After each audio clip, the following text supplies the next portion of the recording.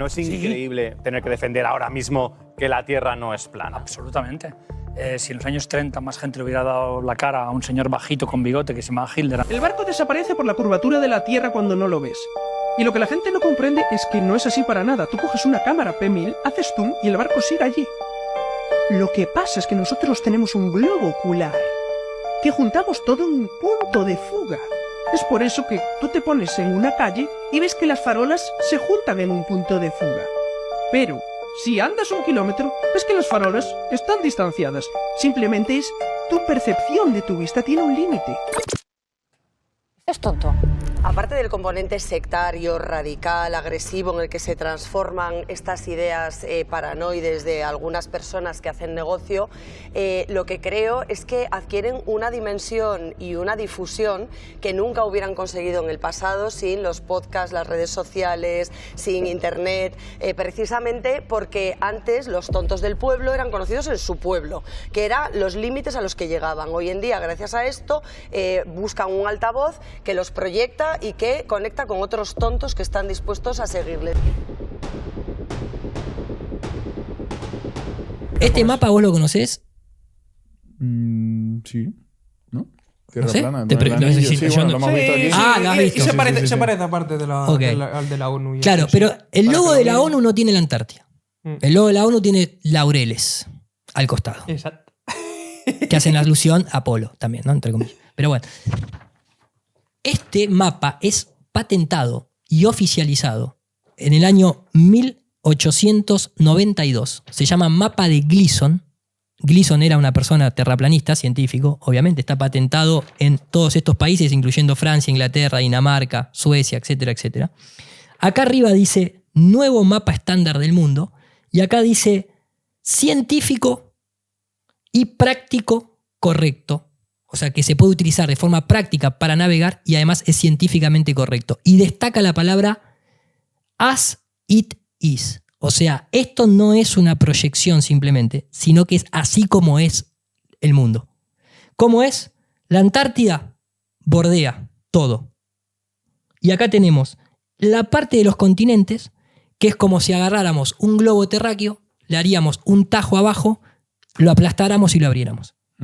El globo está tomado de acá y está inflado. Pero la proyección es esta. 1892, a vos, a mí, a él y a todos los que están atrás de esa cámara, a la fecha de hoy en el colegio les siguen enseñando el mapa de Mercator. Ese mapa cilíndrico que está todo distorsionado. Que los países ricos están arriba del Ecuador, que los pobres están por debajo, que es un mapa hecho obviamente por el imperialismo inglés, anglosajón, que busca la dominación del mundo junto con la masonería y el Vaticano. Entonces, simbólicamente, todos los países más grandes del mundo, porque como la Tierra es plana, obviamente, las distancias más largas, ¿a dónde están? En el sur. Son enormes las distancias en el sur. Y todas las distancias más cortas están del Ecuador hacia adentro. Por eso un vuelo a Argentina te sale un huevo. Y un vuelo de acá a Alemania te sale 2,50 pesos. Porque los tamaños son enormes, porque la Tierra es así como es. Entonces vos para volar de Argentina a Australia, de Argentina a Sudáfrica, todos estos vuelos son enormes. Estos vuelos son más pequeños. Entonces vos acá lo que tenés en la realidad es la Tierra es plana y vos tenés el firmamento que gira. No porque esté sostenido en una cúpula, eso no lo podemos comprobar, pero está ahí. Nosotros vemos las estrellas como arrancamos el programa diciéndolo. Y acá arriba vos tenés el Sol, que gira cada 24 horas, y esto lo podés medir, porque esto es una regla. Cada uno de estos números acá son las horas solares. Vos acá, esto trae, en realidad, el mapa completo, como está patentado, tiene una regla así y una regla así. Entonces vos, girando esa regla y situándola en el lugar en el que estás, podés saber la hora del día en el que estás, en este mapa. Vale, pero y por ejemplo, en los países del norte de Europa, cuando casi no se pone el sol en verano, Claro. ¿cómo funcionaría esto? Eso Ahora te lo funciona. que tenemos aquí en la de cosas. Nosotros venimos muy preparados para ahorrarle trabajo al editor, ¿eh? Maestro, acordate de esta. Después arreglamos fuera de cámara. Esto también explica las estaciones del año. Vos imaginate que acá tenés, Vamos a ¿no? disfrutar. El Sol no es que simplemente gira. El Sol a lo largo del año gira, pero al mismo tiempo está siguiendo un patrón toroidal. Ujú. Es un campo electromagnético toroidal que es la simbología de la manzana. La manzana de Newton, la manzana de Apple, la manzana en sí, el pecado original de la manzana, que es el conocimiento. Es porque el conocimiento viaja a través de la información. ¿En dónde viaja? En la electricidad. La información es electricidad, que entra a tu cerebro, se procesa como electricidad, etcétera, etcétera. Entonces, en el campo toroidal, que es el Apple, que es la manzana, vos tenés este recorrido que hace el Sol. Esto que vos ves acá... O sea, se acerca a la Tierra. Se acerca y se aleja. Y se aleja, claro. Y se aleja. Esto que vos ves acá, ¿ves que es un 8? Esto es oficial, ¿eh? Esto se llama analema. El analema solar se hace posicionando una cámara, dejándola quieta en el mismo lugar y tomando una foto del Sol a la misma hora, o de la Luna, porque también la Luna hace el mismo 8. Vos todos los días a las 12 del mediodía tomás una foto, tac, tac, tac, tac, tac. Cuando las pones en secuencia, ves el movimiento del Sol. Esto es como que yo te diga, el 12 de agosto a las 12 horas, el Sol estaba acá, el 13 de agosto acá, así hasta pasar todo el año. Este movimiento tiene un grave problema para la Tierra esférica, que es que el 8 tendría que ser igual. ¿Por qué? Porque en el modelo de ellos, está bien, supuestamente la órbita es eclíptica, no es circular perfecta, porque eso lo dijo Copérnico, después Kepler dijo, no, es que la órbita en realidad es elíptica. ¿Pero por qué Kepler dice que es elíptica? Por esto. Porque, ¿cómo explicás esto? O sea, vos tenés que explicar que la Tierra gira alrededor del Sol, pero tenés que compatibilizarlo con este dibujo. Entonces ahí es donde surge el problema, que vos cada tanto lo debes ver en las noticias, la gente también, que viste de golpe salen las noticias de hoy es el día de donde la Tierra va más rápido alrededor del Sol. Y después tenés, a los 6 meses, tenés la noticia de hoy es el día que la Tierra va más lento alrededor del Sol. Claro, porque si la órbita fuese circular, yo te puedo creer a vos que nosotros no sintamos la velocidad porque no siente la velocidad el ser humano. Lo que siente es la aceleración o la desaceleración. Pero si la órbita es elíptica, hay aceleración y hay desaceleración. De hecho, eso es oficialmente. Entonces, ¿por qué tampoco pueden detectar eso? Porque la Tierra está quieta. Este movimiento, si vos lo trasladás así arriba, el Sol lo que está haciendo es... Los días siempre duran 24 horas. Los días, no la luz solar, pero los días duran 24 horas. El tema es que, claro, cuando yo tengo verano en Argentina, el día dura 24 horas, pero el recorrido del Sol es mucho más largo, porque tiene que abarcar más área, porque el círculo que hace acá es más largo que el que hace acá. El círculo que hace acá adentro es más chico. El círculo que hace interno es este chiquito. Cuando el Sol desciende y acelera para cubrir las 24 horas y se va al verano del sur, el círculo es más grande. ¿Y qué fuerza mantendría el Sol moviéndose así? Electromagnético. Es electromagnético. Mirá, en el mundo, eso te lo puedo mostrar hasta en un video, pero simbólicamente todo comienza de la unidad. La unidad se divide y genera la dualidad.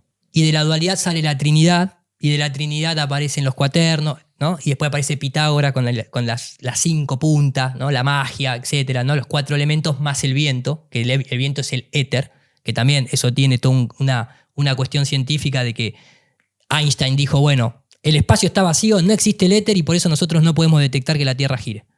Ah, mirá qué fácil. Claro. Esto es así, literalmente. Se desprende del experimento de Michelson-Morley, no nos vamos a poner técnicos, pero para que se entienda que nosotros estamos versados en toda esa temática. De la unidad, que es el yin y el yang, el blanco y el negro, que son las fuerzas primordiales, se desprende la dualidad, que es, por ejemplo, como la bandera de Corea del Sur. La bandera de Corea del Sur es un yin y un yang, pero que es color roja y color azul. Matrix. Pastilla roja, pastilla azul. Barcelona. A rojo y azul. El otro, rojo. Siempre está el rojo y el azul. El rojo representa el magnetismo y el azul representa la electricidad. Son colores masones también, ¿no? Bueno, lo usa la masonería como lo usa obviamente un montón. ¿Por qué? Porque si yo ahora te agarro a vos un imán, lo más probable es que el imán venga pintado, una parte azul y la otra parte roja. Entonces, en la vida, en el universo, en el cosmos, en nuestro mundo, hay solamente 2 fuerzas de las que se derivan todo. Electricidad y magnetismo. Eso es lo que sabía Tesla.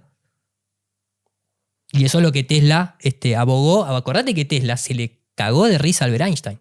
Cuando le preguntaron a Albert Einstein, le hicieron una pregunta que no me acuerdo cuál era, que contestó, no sé, eso se lo deberían preguntar a Tesla.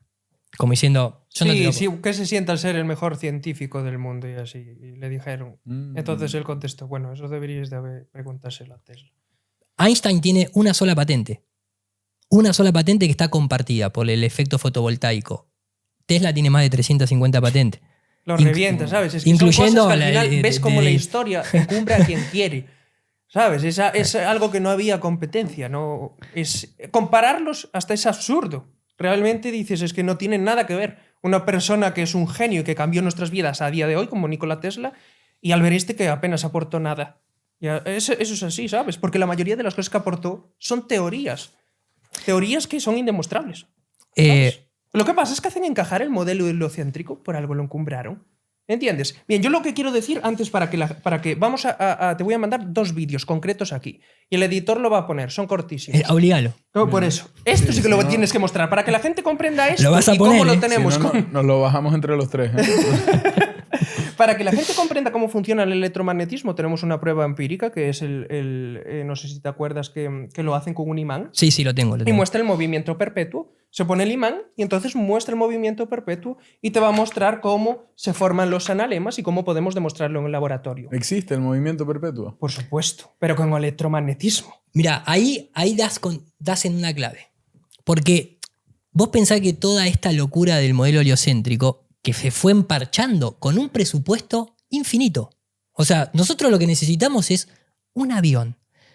3 pasajes para un equipo, 3 pasajes para el otro. 2 cámaras con infrarrojo y se solucionó el tema. ¿Cuánto puede salir eso? En comparación a 500 años de sostener una doctrina, porque en realidad nosotros hablamos del modelo heliocéntrico, pero la palabra clave, y así lo definió Freud, y eso después podemos entrar en el porqué, es doctrina copernicana. No es un modelo de la naturaleza, no es un modelo científico, es un modelo religioso creado por la orden jesuita a través de Copérnico, Galileo, Kepler, Georges Lamette, Maximilian Hell, etcétera, etcétera, etcétera, sostenido por la masonería a la fecha de hoy, educado, o mejor dicho, instruido en el adoctrinamiento escolar a la fecha de hoy, sin posibilidad de discutirlo, hasta que aparecieron los terraplanistas en el siglo XXI, básicamente, por poner a prueba ese barquito del griego que vio desaparecer, ¿no?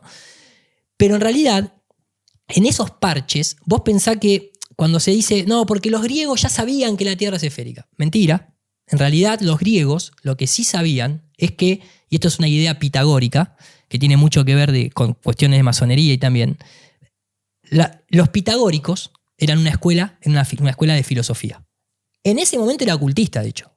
Pertenecían, ¿no?, como a una cuestión sesgada de la sociedad, no era para cualquiera. Lo que se pensaba, en el pitagorismo es que Dios era perfecto. El Dios de ellos era perfecto. Entonces, geométricamente hay un cuerpo que expresa la perfección absoluta. Según ellos, esto es un viaje de los pitagóricos, que es el volumen de la esfera. ¿Por qué? Porque no tiene ángulos rectos. Entonces, en la naturaleza no existen los ángulos rectos. Existen todas formas orgánicas y fractales. El ser humano, que es un Dios creador, puede intervenir en la naturaleza, pero no puede generar materia de la nada. Eso se intentó incluso replicar la teoría del Big Bang en el laboratorio. No da. O sea, no podés. Esto es de verdad. Pero como tenemos propiedades de imagen y semejanza del creador, nosotros sí podemos crear. Ese sillón fue creado. Pero no la materia prima. La materia prima la tomamos de la naturaleza. Entonces los pitagóricos decían, nuestro Dios es perfecto, porque es bello, es armónico, como el mundo de las ideas de Platón. Entonces, ¿qué geometría expresa la perfección? La esfera. Pero a su vez, decían los griegos, nosotros vivimos en una superficie, no en un cuerpo, en una superficie perfecta, que es el círculo. Entonces los griegos lo que planteaban en su cosmovisión es que ellos habitaban un círculo plano rodeado de una esfera, la cual la mitad era el celeste, el cielo, y la otra mitad era el infernos, el infierno, por así decirlo, pero que no hacían alusión al infierno con un diablo y ese tipo. Eso lo agregaron justamente ni siquiera en el Viejo Testamento, la figura de Satanás. Entonces, de ahí es que cuando se habla, no, los griegos sabían que la Tierra era una esfera. No, el cosmos era esférico, pero el lugar que habitábamos es circular y plano, como es esto. Exacto. Entonces, el problema viene acá, y acá quería entrar en tu pregunta. El tema es que la ley de gravedad, o mejor dicho, la fuerza de gravedad planteada por Newton, o incluso la de Albert Einstein, nosotros no la podemos comprobar no solamente en laboratorio, sino tampoco en el espacio exterior. O vos viste que Marte se acercara más de lo debido a Venus, o que el Sol le atrajera más a la Luna, o que se descarrilara a Saturno. Ahí, en ese ámbito que nos excede a nosotros, no hay rozamiento, no hay entropía, no hay termodinámica, no hay pérdida de energía. Ese es el problema que ellos tienen. Entonces, vos te vas a encontrar con noticias de, tranquilos, en realidad el Sol es una fuente termonuclear que se come a sí misma y en 5.000 millones de años va a desaparecer y se va a transformar en una nana roja que se va a comer el universo. Te la sacaste los huevos. ¿Entendés? Es así. Te la sacaste los huevos, maestro. Estás justificando un modelo que incluso lo planteó en la época del petróleo, donde Disney hacía los dibujitos de que el Sol en realidad era una fuente termonuclear y entonces el petróleo venía de los fósiles de los dinosaurios porque había que dar una explicación por qué desaparecieron los dinosaurios y no hay hueso prácticamente. Bueno, el Sol es eléctrico y magnético. De hecho, en un eclipse solar, todo el mundo se maravilla de ver la corona del Sol, porque es el rey. Para el modelo heliocéntrico es el rey Sol. Entonces ve la corona porque es un rey. Porque corona no tiene nada. Pero lo que ves, y te lo muestran en las noticias oficiales, es que el Sol desprende un campo magnético. Y de hecho también figuran como que las llamaradas solares se curvan a sí mismas por el campo magnético que tiene el Sol, etcétera, etcétera. La realidad es que el Sol es electromagnético. Justamente, al ser pequeño y estar cerca de nuestro mundo, O sea que estaría más cerca de lo que se plantea. Claro. a 7.500 kilómetros. De lo que se puede hacer trigonométricamente. O sea, yo tomo acá el Sol. Tomo el ejercicio de Eratóstenes. O sea, tengo un palito que el Sol está arriba y no proyecta sombra. Tengo otro palito a una distancia que sí proyecta sombra. Yo dibujo un triángulo con la hipotenusa. Ok. Y es el mismo ejercicio, pero la pregunta es, en lugar de plantear una Tierra esférica, que no tengo evidencia, digo, la pregunta la hago es la distancia al Sol, 7.500 kilómetros. Y según ese modelo, el experimento del palito funcionaría en diversos puntos del planeta. Sí, Por pero supuesto. claro, Eso sí. pero partís con una premisa, con dos premisas, que tampoco Eratóstenes, nadie sabe por qué se le ocurrió. La primera, que la Tierra es curva. Si la posición por defecto es plana, ¿por qué vas a pensar que la Tierra es curva? La otra, y esto es fundamental, cualquier atardecer que nosotros vemos o cualquier situación del Sol, cuando vos ves los rayos del Sol pasando por las nubes, ¿qué forma tiene? Los rayos. Sí, son así, Divergentes, ¿sabes? ¿no? Es decir, que ¿cómo puedes ver si el Sol está tan lejos los rayos divergentes? Eso es que de donde sale la luz, el Sol está mucho más cerca. Entonces puedes verlos, los rayos divergentes. Pero si estuviera tan lejos... Serían paralelos. Exactamente. Entonces, todos hacia la misma dirección. Entonces, es la misma explicación. Y por eso quiero decir esto, que era la foto que os voy a mostrar, que es uno de los mejores primados negativos que hay de este mapa y de cómo funciona realmente la Tierra. Y que es de la serie que tanto te gusta, Iru, de los reptilianos de V de los 80. Sí, claro. En la cual aparece directamente el mapa de la Tierra plana así, y aparece el Sol y la Luna dentro, mucho más pequeños, con la cúpula y con las estrellas todas reflejadas y los planetas, las constelaciones todas reflejadas. No hay más, sencillamente. Son más pesados. No, hemos hecho una tribu de los tontos del pueblo. Yo cuando era joven era siniestro. No, porque habían los siniestros. No, pues ahora en lugar de los siniestros hay los piraos. Lo que hacéis es mentira y es maligno. Es verdad que gracias a la ciencia más empírica y ortodoxa, digámoslo así, es más fácil el hecho de llegar a ciertas personas porque las mediciones no engañan y las cámaras, como dijimos antes, la P900 no engaña, etcétera, etcétera. Pero no debemos de dejar de tener en cuenta, y yo estoy muy de acuerdo ahí contigo, también los textos antiguos, porque los cálculos que ellos lograron hacer no son ninguna broma. Los calendarios mayas, por ejemplo, que estaban basados en una tierra plana también, al igual que los de los Vedas y así, daban con todos los solsticios. Es que acertaban en todo. No eran estúpidos los antiguos, sabían muchísimo.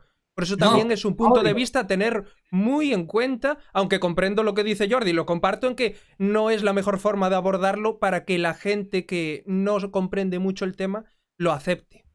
Pero mirá, Enrique, no solamente eso, sino que vos pensás Se que complementan. todas esas culturas que vos estás mencionando, porque, a ver, cuando hablamos de los mayas, los aztecas, los navajos, los incas, los nórdicos, hoy encontraba incluso, mientras que estaba haciendo yo un directo, cuando ponés una palabra que es muy poco utilizada hoy en día, la única que hay que poner, vos fíjate, cuando entras a los museos, algún museo te cuenta la cosmología de la cultura que te está mostrando. La palabra cosmología no existe más prácticamente. Sin embargo, cuando uno pone cosmología antigua y se va a imágenes, van a poder determinar que todas estas civilizaciones, todos esos cálculos, los hicieron, incluso hasta los hebreos, asumiendo que la Tierra era plana. Con bóveda, Incluso ponían el hielo a los bordes, bordeándolo todo. Algunos sí. Cosmología hermética, incluso la hermética, fíjate que también siempre se habla Sol y Luna del mismo tamaño, estrellas en el tercer cielo, moviéndose arriba nuestro, Tierra plana. Déjame hacer el hincapié, porque también aquí hay discrepancia entre gente, que geocentría significa que las cosas giran alrededor nuestro. La Tierra es el centro. A partir de ahí, que tenemos una visión topocéntrica, me parece que clarísimo, ¿no? Que al final tenemos una lente, que es la atmósfera, y además la luz, así la podemos observar a través del Sol, y tenemos una visión local en el diferente punto del plano en el que estemos. Pero eso no significa que lo que podemos percibir es que las cosas giran alrededor nuestro. Es esa parte geocéntrica que podemos llegar a entender y no heliocéntrica, pero obviamente con una visión topocéntrica. Que a veces hay discusión sobre estas cosas y me parece que las dos se complementan también en este caso. Exactamente, coincido. A mí me causa mucha gracia, vos habías tocado el tema y me parece que nunca está de más, porque yo hoy lo que propongo, acá tengo un montón de información que habla de simbología y todo ese tipo de cosas que están muy buenas, que la podemos abordar en otro momento, pero incluso voy tirando algunas cositas. Recuerden que el padre de la cohetería, Wernher von Braun, antes de llegar a la Luna, habían ido a la Antártida y habían traído rocas y habían dicho que esas rocas habían caído de la Luna. Sí. Entonces, cuando te muestran rocas lunares la NASA, ¿no serán rocas antárticas más que lunares? Incluso es muy curioso, si bien Wernher von Braun en los últimos años de su vida, lamentablemente para él, seguramente se transformó en un artista Disney, promocionando el viaje a la Luna y todo lo que no pudieron hacer. Un Walt Disney que pertenecía a la International de Molay, una institución de carácter educativo masónico. El propio Wernher von Braun, qué curioso que su placa de muerte, que todavía sigue siendo la misma, cita Salmos 19:1, que habla de que los cielos proclaman la gloria de Dios y el firmamento pregona la obra de sus manos. Algo que hace mucha alusión a que hay un firmamento que fue construido, que fue diseñado. Un tipo que supuestamente llevó al hombre a la Luna y que atravesó, ¿no?, ese supuesto firmamento con su Saturno 5. Muy interesante la vida de Wernher von Braun porque él mismo nos advirtió del engaño que iba a venir de carácter alienígena y que iban a militarizar el espacio. Hoy tenemos la fuerza espacial declarada por Donald Trump y demás. También Cierto, los que también hicieron en esta última serie primado negativo de la fuerza espacial. No sé si visteis esa.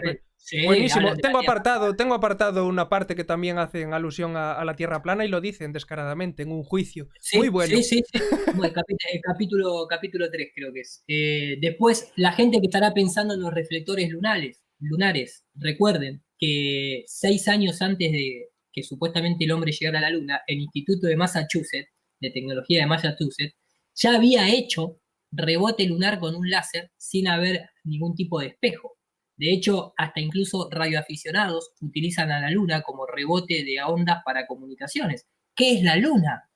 Es una pregunta bastante interesante. Yo sé que vos la abordás desde una perspectiva más, como le dirían, Soulcatcher, una especie así de atrapador de almas, de energías, de frecuencias, etcétera, etcétera. Aquí está el experimento de Lunar Laser Ranging Experiment, año 1962. Ya el MIT había hecho con éxito pulsares a la Luna con láseres. Así que tampoco es una prueba directa que nos quieran decir que hoy en día a un objeto que está a casi 400.000 kilómetros de distancia, a un espejito de este tamaño, le apuntan un láser y cuando le tiran 400.000 fotones, vuelve uno, lo detectan. Dale, prefiero un cuentito de Walt Disney, básicamente. Y es que es buenísimo porque realmente con la tecnología que tenemos hoy, los telescopios que tenemos hoy en casa directamente todos nosotros, podríamos ver perfectamente cómo sube el cohete. ¿Entendéis? Y es algo tan evidente que ahora no van a poder ir a la Luna otra vez, que por eso lo tienen que alargar cada vez el 2024 y llegará el 2024 y dirán, bueno, mejor vamos para el 2027. etcétera. Hasta que etcétera. la tecnología. Mira, esto lo deja muy claro, Enrique. Mira, esto es. Así le presentaban en la década del 70 a la gente lo que era la tecnología aeroespacial. Y la gente esto se lo creía. Esto era composición analógica, no digital, porque en la década de los 60 y los 70, si bien ya estaba Stanley Kubrick y demás, igual Disney había creado la composición por capas ya en la década de los 50, y hasta Charles Chaplin usaba el matte painting en la década de los 30 y los 40. Esto era en la década de los 70, se le presentaba esto a la gente. La gente se lo creía en esa época. Después vino la década de los 80. La década de los 80 ya utilizaban la tecnología más de Hollywood, de lo que era miniatura. Se creaban miniaturas y se filmaban en estudios, entonces se veía más reales. Pero fíjense que la Tierra era una pintura que se ve muy, muy, muy estática, en el sentido muy poco vívida. No hay atmósfera, no hay auroras boreales, jamás mostraron las estrellas, no se mueven las nubes, nada. Después vino la década de los 90 y ya se empezó a filmar y a componer digitalmente, y ya se veía un poquito más interesante. Y después llegó la época gloriosa de la NASA, que es prácticamente en el 2000, en donde ya la tecnología era un poquito más avanzada. Todavía acá las nubes no se movían, no había estrellas, no había auroras boreales, nada por el estilo. Y después entramos en los fantásticos 2015, y de golpe la Tierra Es espectacular ahora. Déjame añadir que una vez te has dado cuenta, ¿no?, que estás haciendo este camino y dices, hostia, es verdad, empiezas a no ver clara la esfera porque no cuadra por ningún sitio, porque todos son composiciones matemáticas muy bonitas, pero que al final no tienen nada de reales. Y entonces te queda el decir, ya, pero la NASA me la ha enseñado. No, o sea, han salido fuera, me han mostrado imágenes. Entonces, claro, es cuando vienes, empiezas a hacer este revisionismo también de la NASA. Y sobre todo, ves que te están engañando porque hay cables, hay arneses, están los green screen detrás de las pantallas, te toman el pelo y entonces dices, o sea, el único valedor que me quedaba, puesto que las matemáticas ya me han desbancado la esfera, era realmente o gloriosa NASA o agencias espaciales que han salido fuera. Pero es cuando te das cuenta que te engañan, es como seguir creyendo por creer en algo. Porque no puedes afrontar esa mentira en tu vida, porque eso significa un acto de retrospección y sobre todo de destruir muchos de los pensamientos que tienes y volver a plantearte cosas. ¿Cuántas veces necesitas que te engañen para dejarles de creer, no? Porque son múltiples, infinitas ya, las imágenes que hay de fraude, directamente de fraude, que podrían incluso denunciarse para que fueran procesados por ello a nivel penal. Ese principio de autoridad que decía Jordi de la NASA, que es el único que les queda, a la vista de que no tienen ningún experimento que con instrumental mecánico demuestre nada de lo que pretenden, a la vista de que no tienen ningún modelo replicable en laboratorio de su propio modelo oficial, solo les quedaba ese principio de autoridad a través del adoctrinamiento escolar y académico y de la NASA, ¿no?, de las agencias espaciales. Me gustaría ir a ver si puedes poner, yo te envío algunos videitos cortitos que tenemos, si tú tienes algún otro, te los envío yo para que los pongas ahora, ¿no? Porque ya que estamos hablando de la NASA, ¿cuántas veces necesitas que te mientan para que les dejes de creer y para que les empieces a cuestionar? Porque si te están mintiendo una, dos, tres, cuatro veces, ya va siendo hora. Es que estoy completamente de acuerdo, David, porque mucha gente, y lo noto, dice, sí, yo ya vi los cables, vi que me engañan en eso, pero con la forma de la Tierra no me lo acabo de creer. Entonces, cada vez ir sumando, por ejemplo, ver los cables es una prueba, verlo como tienen los fondos todos verdes es otra prueba. El pelo, por favor, es una vergüenza, ¿no? El pelo es una vergüenza a cualquier peluquería. O sea, cualquier peluquera debería denunciarlo. Mi mujer es peluquera, Iru, ya sabes, yo muchas veces, fue una de las cosas por las cuales ella también se introdujo en todo esto, ¿no? Porque decía que era increíble, ¿no?, el nivel de laca que llevan puesto en el pelo para que se les pueda y el crepado, ¿no?, que se hacen para que se les pueda quedar así el pelo para arriba. Pero es que hay innumerables, no solo los cables, sino las burbujas que se les escapan, los trucos de mago. Aquí vemos, ¿no?, la piernecita también cómo se le va para el lado. Iru lo ha explicado muchas veces, es un sistema patentado por ellos mismos que se llama Argos, que también lo usan para rehabilitación de personas que han tenido, pues, problemas de discapacidad, y son cables, el mismo David Copperfield lo usaba, son cables de 1 milímetro que pueden sostener 50, 60 kilos 100 kilos. Por cable. Sí, imagínate. Entonces, están ahí las cosas y a la vista está, simplemente tienes que poner a cuestionarlos, ya no con ojos de decir me lo voy a creer todo, ¿no? Mínimamente a cuestionarlo, con un poco de objetividad. ¿Cómo puede ocurrir eso, no? Esas son imágenes oficiales, en este caso de la Luna, las que veíamos antes de la ISS, como esta. Está lleno. Son imágenes oficiales. Sí, se ve cómo agarran los arneses, es que es la muy pierna se descarado. va para atrás. ¿Sabés qué es lo preocupante de todo esto, Enrique, David, Jordi, gente en el chat?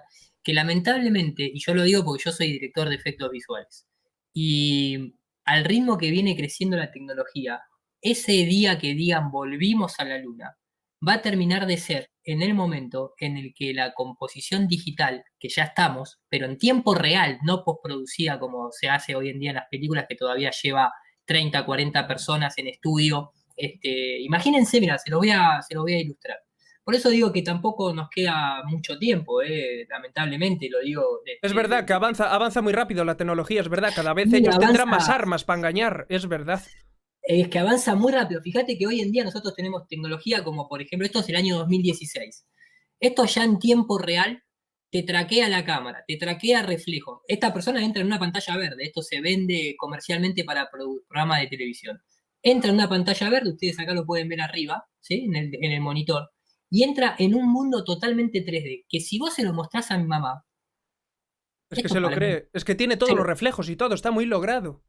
Es que esto es en tiempo real, fíjate la transparencia del pelo, se ve hasta el reflejo en la ventana de atrás, se mueven los árboles, se mueve esto, aquello, lo otro, el reflejo se ve hasta en el anteojo de la persona, usa un anteojo real pero se ve con transparencia y deformación, se acerca por ejemplo a una cocina y se ve el reflejo en el mármol, se ve el reflejo anisotrófico en el metal de la olla que tiene esa propiedad que es distinto a un cromo, y después te encontrás que la NASA utiliza la misma tecnología para decir, acá apareció Patsy, haciendo alusión a un dios también de los que ellos promueven, o aquí que se hace un fake del astronauta, y es el mismo fake que tiene acá por límite de seguridad. Entonces hay muchas cosas que ya, gente que somos educados en un sistema, por lo menos que llegaste y terminaste la secundaria, ya no te podés creer. Hay cosas que ya no son defendibles, salvo desde un fanatismo, ¿no? Pero fíjate que hasta una botella de agua coge toda la transparencia que tiene con el fondo verde y es impresionante. Bueno, esto es año 2016. Esto es año 2016. Borrada de objetos en tiempo real, ¿no? Así borran los cables también. Que cada tanto hay veces que se ven esos glitch, es producto justamente de la tecnología que están utilizando. Y eso me recuerda mucho a grandes dictadores de la historia, es decir, al final no dista tanto un charlatán como un terraplanista como una persona que podría ser cualquier dictador del mundo. Esto que está acá es supuestamente la única fotografía conocida como el Blue Marble, que es lo que da lugar a todo el resto de la fantasía con respecto a nuestro mundo. ¿Quién tomó esa fotografía? Esa fotografía fue tomada en el Apolo 17 por un astronauta, que ahí te lo voy a mostrar, llamado Eugene, que fue el que hizo semejante acto y semejante proeza para la humanidad, y gracias a él hoy tenemos la Blue Marble. Si no fuese por él, no tendríamos la Blue Marble. Déjame que te lo voy a poner acá rápidamente. Blue Marble. Ahí estamos. Es el Apolo 17 y es este hombre al cual le dedicaron, ¿no?, su documental, los muchachos de la NASA y demás, en el cual incluso hasta se da el lujo de tirar unas lindas palabras y demás. Apolo 17, aquí. No le pongo el audio porque sé que no se puede compartir el audio. Fíjate la placa. 313, bueno, eso ya huele. ¿Viste? Huele que apesta. No sé qué diría Enrique con respecto al segundo 3, a la toma 3. Mirá que tiraron escenas, pero quedó. Tiene que la aparecer escena el 33. Tiene que aparecer el 33. Exactamente. Toma 3, escena 1, sonido 3. O sea, andá la puta. Te parió, ¿me entendés? O sea, ¿por qué tenés que dejar esa toma? Si no te lo ponen en la cara, no pueden. ¿viste? Es que es así, no vale, gracioso. no vale. Y es verdad. Y Wernher von Braun, ¿en cuánto dividía también su estación espacial? En 33 partes. Es que lo hacen siempre. El mapa de la Tierra plana de la ONU en 33 partes también. Tiene que aparecerte. Y se garantizan que así la gente se lo crea. Es tal cual. Te pusieron tantas veces el 33 en la cara. Sí, señor. Bien, ahí está, ¿no? Para corroborar de alguna manera el primado negativo. Pero este es el astronauta. Y esto es un pedazo de documental oficial, obviamente. Esto no, ahí se pone a expresar de una manera un poco melancólica, ¿no? Lo podés ver en la expresión. Estos cortes son así porque están editados por ellos. Pero hablan de esto, ¿no? Supuestamente esto es el momento en el que se inspiró, ¿no? Apolo 17, el ID 1342BB, papá, esto es oficial de ellos. Esto era lo que ellos estaban viendo y cuando estaban volviendo a casa, ¿no? Decidieron tomar esto y acá, esto repito, esto es oficial y esta es esa imagen donde abajo dice The only full Earth image taken by a human being. Esto no lo decimos nosotros que estamos cuestionando la cosmología, esto no lo dicen los TP, esto es lo que sucedió en la oficialidad. No existe ni una sola fotografía como esta realizada por un humano, que no sea esta y solamente esta. Todo el resto son incompletas o están tomadas de otra manera, pero esta es la única que ellos incluso consideran como la the only full Earth. ¿Se entiende? Bien. Esta imagen es esta, que está acá, obviamente, con la que está en todos los libros de educación del mundo. Todos usan la Blue Marble. Todos. La pregunta es, ¿esta imagen es real? ¿Cómo sabemos que esta imagen es real? ¿Cómo sabemos que esta imagen fue tomada en el espacio? Primero, no hay estrellas. O una vez más. Por lo tanto, no tenemos ninguna referencia de que ello haya sido tomado en el espacio exterior. No tenemos ninguna referencia. No importa si podemos argumentar que fue porque la óptica de la cámara con la apertura y el lente, entonces si compensaba la luz para las estrellas, salía quemada la Tierra, porque de última de última saca una foto así y otra foto para que salgan las estrellas. Pero no hay estrellas. El segundo problema que tenemos es que acá no hay no hay franjas horarias. Esto está la mitad de la esfera totalmente iluminada de forma pareja. ¿Me explico? Lo que voy acá no hay atardecer. Exacto. O sea, el atardecer estaría ahí en ese bordecito que ni siquiera se llega a percibir, ni siquiera con ese rojo, ¿no? Y acá estaría el amanecer que tampoco se percibe ese violáceo. Esto es una imagen totalmente iluminada de forma pareja, completa, en donde incluso cuando uno ve, esto sería toda la parte de África, esto sería Madagascar, esto supuestamente sería la Antártida y demás. Cuando uno esto lo pone sobre un mapa de Mercator, hay un poco más de la mitad del 50% de la esfera. ¿Cómo va a haber más del 50% de la esfera si vos estás tomando la imagen del 50% de la esfera? Tampoco coincide eso. Aparte que ellos mismos dicen al final, ahora están diciendo incluso que ya no es esférica del todo, que tiene forma de pera, que tiene forma... Yo ahí la miro esférica perfecta.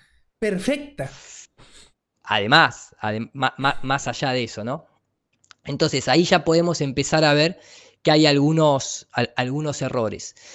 Después hay otro punto más que es interesante, que es que esta imagen, para más INRI, y para que quede ahí bien concreto, en esta charla se lo utiliza Obama haciéndose el hombre triste, en el cual, déjame ver si puedo poner el audio, aunque sea que se escuche, porque está en castellano, lo tradujo Pachamama Flat, a ver si... voy a hacer que tome el audio del micrófono. Qué bueno. ¿Bien? Vale. Pero, para que escuchen, en esta charla Obama, acá no lo tengo en inglés, ¿sí? Ahí está hablando él. Lo que va a decir ahí Obama es esto, que yo lo voy a poner en castellano. Voy a subir el volumen, aunque sea para que se escuche bajito, pero se va a escuchar y voy a acercar el micrófono, Enrique. Escuchen cómo se usa esa imagen para seguir lavando la cabeza.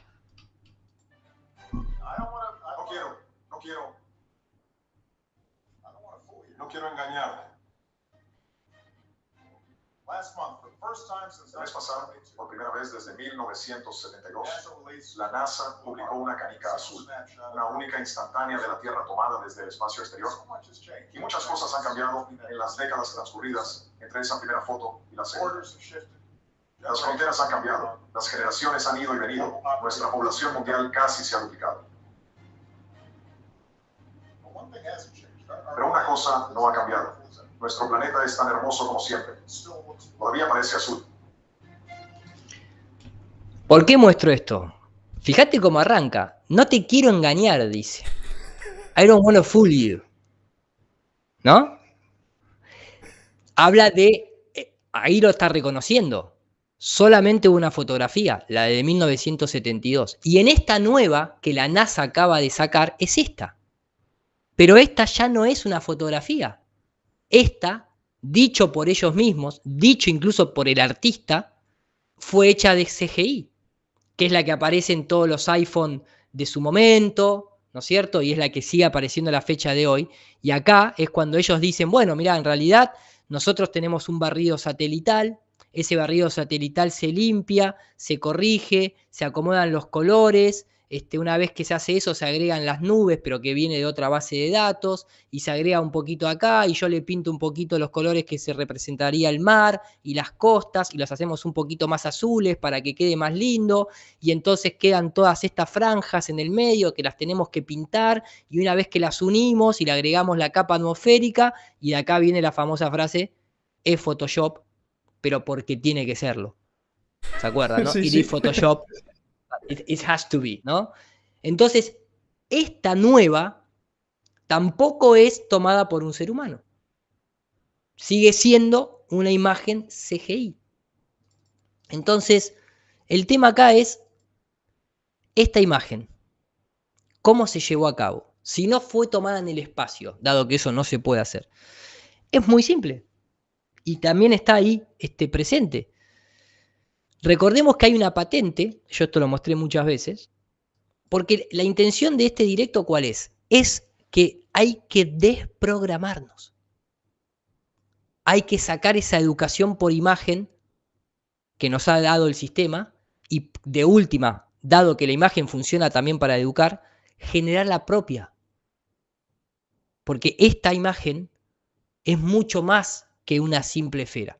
Esto contiene toda una cultura por atrás, que nosotros la conocemos muy bien, que es la filosofía del heliocentrismo, de la individualidad, la competencia, sobrevive el más apto, la evolución, los dinosaurios, el cambio del clima, la destrucción, la justificación por los recursos naturales porque son supuestamente limitados. Hay muchas cosas que se contienen detrás de una imagen simplemente. No es solamente la forma del mundo.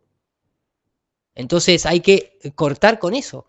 Una manera de cortar es al menos explicándole a la gente por qué esa imagen en la cual están adorando, porque esto es la misma representación que cualquier imagen religiosa, si se quiere, solamente que en la religiosa tal vez uno sabe que tiene que tener fe, pero supuestamente esto es una imagen científica, cuando no lo es. Entonces, acá lo que vemos es que un militar en el año 1905, el día 10 de octubre, patentó, bajo el nombre de HS Maxim, así como estaba la de la televisión, fíjate cómo se llama, dispositivo para producir efectos ilusorios. Y aplicación complicada. Joder. Sí, no, y sigue estando en Google Patents, lo podés entrar a ver. Esto que está acá, en la que hoy en día tanta gente defiende a capa y espada, se raja las vestiduras por decir que realmente no hay posibilidad de que nos hayan engañado. Empezamos a ver que tal vez fue esto. Una tela negra de fondo, una proyección de un mapa cilíndrico como el Mercator, una unión de esa patente de H. Maxim y 4 pintores de la NASA que tal vez hasta lo llevó el propio Stanley Kubrick y generaron el primado negativo, tal vez, en mi opinión, obviamente, más profundo, más revolucionario y más necesario para sostener el sistema que jamás haya hecho. Porque además esto, no te olvides que es la imagen más publicitada del mundo y eso sí es verdad. Esta imagen aparece desde noticieros hasta escenas de películas en la que tal vez simplemente es una película de abogados, pero te abre Universal Picture. O en el fondo de la decoración, ahí en el living, un globo terráqueo. Entonces, acá mismo incluso un artista norteamericano en su momento hizo una comparativa y dijo, bueno, yo la voy a pintar ahora, yo no soy un gran pintor, y sin embargo el tipo que hizo pintó exactamente, ahí entra y la termina de completar porque la deja incompleta a propósito para que el ojo la vea inconclusa. Cuando vos ves esto y acá ves esto, vos ves que acá le falta un pedacito y ahí abajo También. le falta un pedacito, entonces el ojo como que el cerebro dice, no, eso no está bien, porque a mí me proyectaron tantas veces que es perfecta la esfera, que esta mínima cosita ya hace que piense que es falsa. Entonces él viene y se pone, ¿no?, a completarla. Nada, yo lo tengo puesto ahí, lo tengo adelantado, después completa un poquito ahí arriba y qué sé yo, y lo va haciendo, yo no lo tengo ahí completo, pero empieza, ¿no?, como, y vos ves esto está pintado por él, y esto es supuestamente la fotografía de la NASA.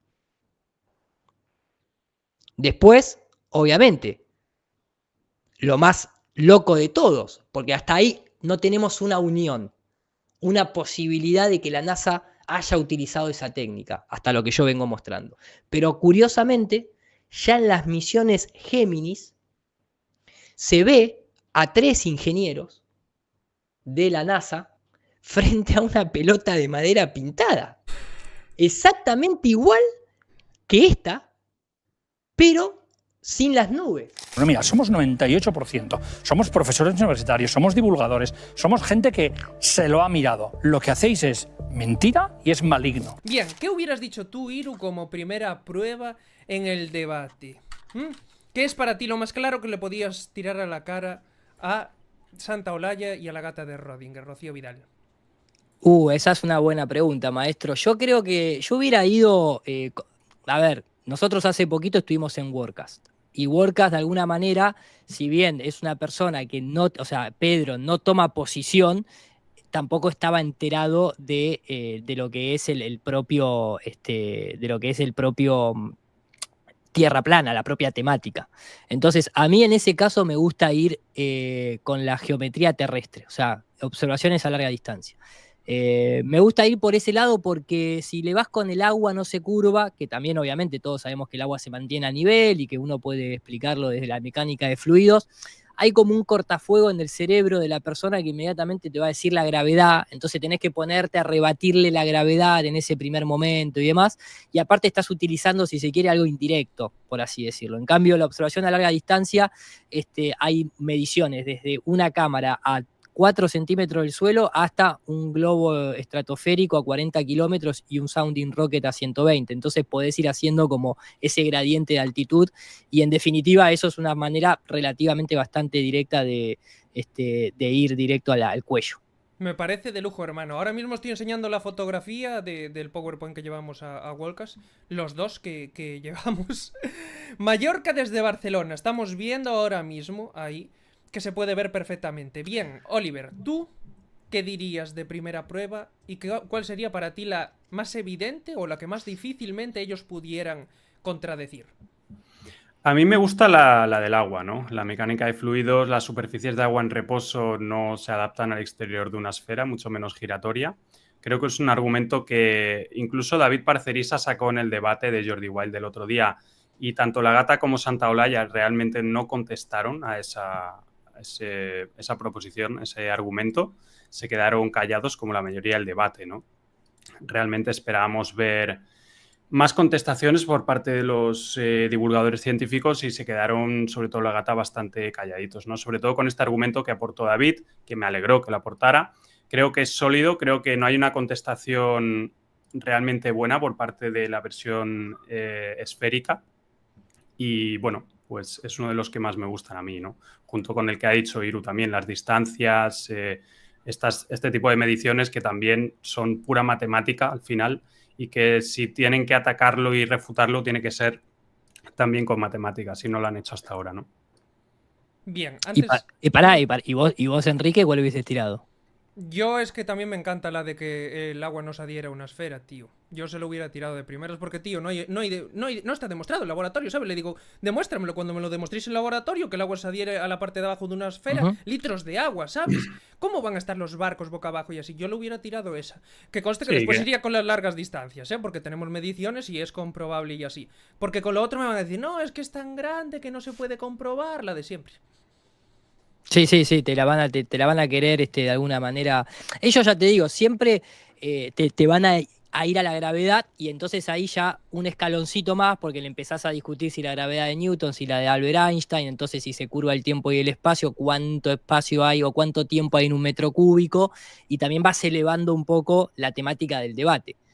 Lo que pasa es que ya tenés que estar metido, yo creo que, porque seguramente hoy vayamos comentando situaciones que tal vez vimos cada uno con su punto de vista en lo que fue una discusión más que un debate, porque un debate tiene que haber un argumento y un contraargumento, y fue un quilombo ese debate, como decimos en Argentina, o sea, no hubo algo en el que se tomaba una premisa y entonces se la discutía de un lado y del otro, no, fue como una especie de torbellino que iba y venían. Lo que sí uno se daba cuenta que tal vez no estaban preparados los que ni de un lado ni del otro, si se quiere. Lo que pasa es que del lado oficialista tenían la ventaja que cuentan con la Wikipedia bajo el brazo. Del lado de David estaba un poco más metido. Para mí Carles Torán no tiene ni idea de la Tierra plana, es algo que repite pero desconoce, y uno se daba cuenta en el debate de que le faltaban esos pequeños detalles de alguien que ya está metido. Nosotros acá, ¿cuánto hace ya que estamos? Hombre, yo tengo la camiseta del primer encuentro de Barcelona. La acabo de encontrar ahora mismo. Eso. ¿Y dónde estuvimos por primera vez juntos, Oliver? Fue en este encuentro, tío. Sí. Estuvimos todos, tío. Ahí estuvimos los tres y, bueno, muchos más. Estaba Guillermo Wood, estaba pues un montón de gente, ¿no? Rafa también, bueno, un montón de gente. Hasta la gata ahí, te entrevistó aquel día. Hasta la gata estaba, sí, que nos entrevistó. A mí me entrevistó, a Guillermo Wood creo que también. Pero, oye, perdón, dice mi chat, dice, dile a Iru que en su canal no se escucha. Y no puedo hacer nada al respecto. Vale. Es un movido. Estamos tratando de retransmitir, al final nos pusimos todos a decir, Oliver está retransmitiendo a la vez, Iru quiere también a la vez, pero claro, se nos crean problemas logísticos. Claro. Bueno, vamos sobre la marcha, si no ya luego colgaremos el vídeo, la grabación que la quede mía, ya. Exactamente, la que quede claro, la que tú se edita y se cuelga bien, ¿no? Pero bueno. Sí, básicamente lo que decía Iru ahora, que luego tiran la gravedad, ¿no? Cuando tú tiras el argumento del agua, te dicen, no, pero es que con la gravedad es posible, ¿no? Pero luego le dices, bueno, pero es que no se puede replicar eso. O sea, ese modelo de agua adheriéndose al exterior de una esfera giratoria no se puede replicar en el mundo real, ¿no? O sea, entonces, claro, tiran de la gravedad, pero luego hay que explicar qué es la gravedad, cómo es esta aceleración vertical de los objetos. Es decir, entramos ya en un cúmulo de cosas que rara vez saben explicar, ¿no? Es así, hermano, pero el caso es que si no partimos de la premisa que dijo Iru, ¿sabes? La de que se va a discutir exactamente esto. Vamos a ver, experimento científico del que el agua se adhiere, ¿sabes? O de que el agua siempre mantiene su nivel. Vale, hablamos de eso, tú tiras las tuyas, yo tiro las mías y luego venga la siguiente. ¿Sabes? Porque es difícil, porque por ejemplo, en un evento así como estilo podcast, no puedes mostrar las pruebas que para mí son las primordiales, empezar por esas. Enseñar las pruebas de los actornautas, ¿sabes? Con cables y así. Enseñarle esos errores que a mí, al principio, fueron los que más me hicieron chocar todas mis creencias, ¿sabes? Al decir, bueno, ¿por qué lo hacen entonces? ¿Por qué tienen que fingir si realmente lo pueden hacer? Ahora voy a ir poniendo algunos vídeos de esos. ¿Se os ocurre alguna forma, por ejemplo, de que lo pudieran haber presentado en el momento? Perdóname, yo estaba tratando de lidiar con mi audio. Sí, quiero dejar en claro esto. A ver, yo creo que es importante el contexto. Acá creo que el contexto o el precontexto lo sabés más vos que ninguno, Enrique. O sea, ¿cuál era el objetivo de Jordi Wild realmente a la hora de generar ese videoprograma? ¿Era realmente decir, bueno, la verdad que me genera mucha curiosidad el tema de la Tierra plana, soy una persona bastante curiosa, quiero tratar de llevar información al público, ser lo más neutral posible. Entonces invité a gente que representa, si se quiere, lo alternativo, gente oficialista. O el tipo quería un show business, le gustaban los números que se generaba, sobre todo con la viralidad de Carles Torá, y le importaba 3 carajos el contenido, y a su vez tenía tal vez cierta inclinación de hacer quedar bien parado a sus amigos, porque no podemos dejar ese tipo de cosas de lado. Entonces, ya desde ahí, yo no vi, o sea, vos pensás, yo he ido a, por decirte, 150 programas de radio, televisión, entrevista, y cuando quieren hacer un debate hay una lista. Y es más, te llama un productor antes y te dice, mira, vamos a abordar estas 5 preguntas o estas 10 preguntas, y hay como todo un orden. Y acá fue que Carles Torá explicara la de Einstein, de energía igual a masa por la velocidad de la luz, la constante de la luz al cuadrado. Que se hablara de la Antártida, pero no en términos reales, sino en términos de la aventura de Carles Torá en la Antártida. Y después no había una guía de decir, bueno, vayamos primero a esta pregunta. ¿Cómo explica el terraplanismo si la Tierra gira o no? ¿Cómo lo explica el oficialismo? ¿Cómo explica el terraplanismo las estaciones del año? No había nada de todo eso. Es cierto, es cierto. No había nada de todo eso, pero al final es lo que te digo. Yo hablé con él personalmente, me trató muy bien y así, pero él quería un producto, quería el producto de, ¿sabes? Mr. Empírico y Mr. Tartaria, eso no es ningún secreto. Yo le dije y le razoné el por qué no iría, y entonces él se vio y hacia dónde iba. Pero también te digo una cosa. En ningún momento fue pensado ese debate como un debate solo y exclusivamente de tierra plana. Era de conspiración en general, ¿sabes? Él siempre me lo presentó así desde el principio, con que era de conspiración en general y querían tocar varios temas. Entonces me pareció muy lógico que al final fuera Rimbel, porque también toca un montón de esos temas, David Parcerisa. Y por lo menos, ¿sabes? Dio su punto de vista y todo sobre los ovnis, que estuvo de puta madre. Entonces, al final de todo esto, tampoco lo presentaban como un debate, ¿sabes? Así que ya de raíz es lo que estábamos hablando, ya no era lo que se pensaba. Y tú, Oliver, No, a ver. en cuanto... Por eso, di. Sí, no, creo que me vas a preguntar lo que voy a decir. No, por eso, dímelo tú antes, no vaya a cagarlo. No, te iba a comentar sobre esto, ¿no? Que yo creo que Jordi no buscaba realmente un debate científico sobre este tema.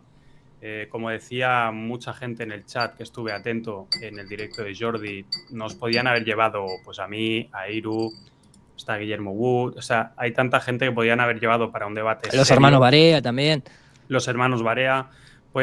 Toda esta gente, si hubiera llevado a cualquiera de estos, pues en vez de Carles, sobre todo, yo creo que David hizo un buen papel al final. A mí me sorprendió.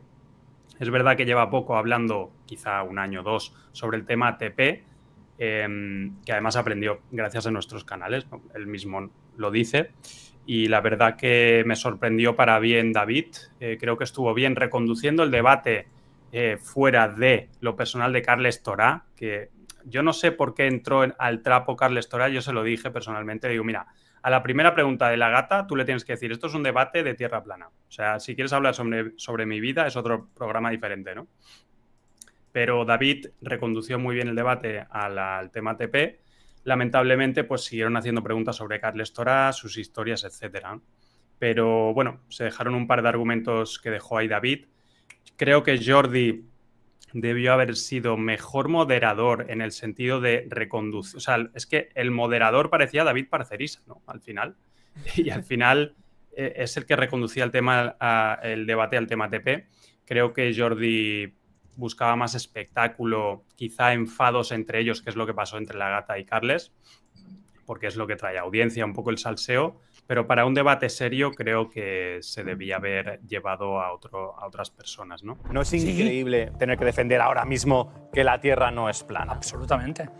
Si en los años 30 más gente le hubiera dado la cara a un señor bajito con bigote que se llama Hilder. Muchos de estos amigos, primos, parientes, compañeros del colegio, lo que sea, insisten en tratar de demostrarte por qué la Tierra es redonda sin lograr comprender que lo que tú quieres, lo que tú pretendes es que ellos analicen cuáles son las razones del por qué es plana. Entonces, se concentran siempre en tratar de volverte a enseñar lo que ya aprendiste en el colegio sin tener ninguna disposición a tratar de usar el intelecto, ¿cierto? En primer lugar, y algunos procesos cognitivos para tratar de entender cuáles son los razonamientos. No entran en eso, no entran.